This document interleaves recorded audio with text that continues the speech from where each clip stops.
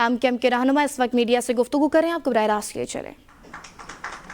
ये मीटिंग इसका कोई भी सियासी एजेंडा नहीं है, इसका कोई सियासी एजेंडा नहीं। ये इलेक्शन से पहले की नहीं, इलेक्शन की बात की।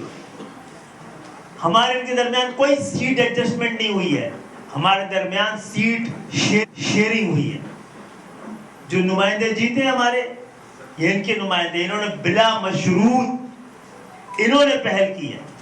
हमें अब जवाब देना है और उनको बताना है कि इन्होंने जो जेस्चर दिखाया था उसका फायदा हम सबको होगा और इंशाअल्लाह ताला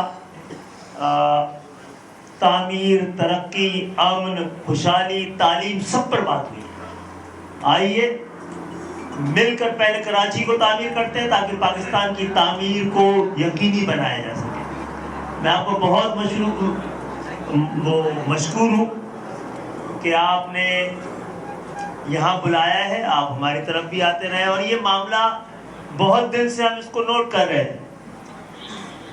जो हमारे दरमियान जो ख्वाहिश थी लोगों की कि तसादुम का और गलतफहमियों की खलीज कायम रहे, इसको हमसे पहले शाहिद सैयद साहब ने पाटना शुरू किया। इन्होंने कराची के मसाइल पर हमारी जानिब से कई कॉन्फ्रेंसेस में आकर जिस तरह हमारे मौक़िफ़ के साथ अपनी आवाज़ मिलाई है, हमें यकीन था कि एक दिन हम इस नतीजे में पहुँचेंगे।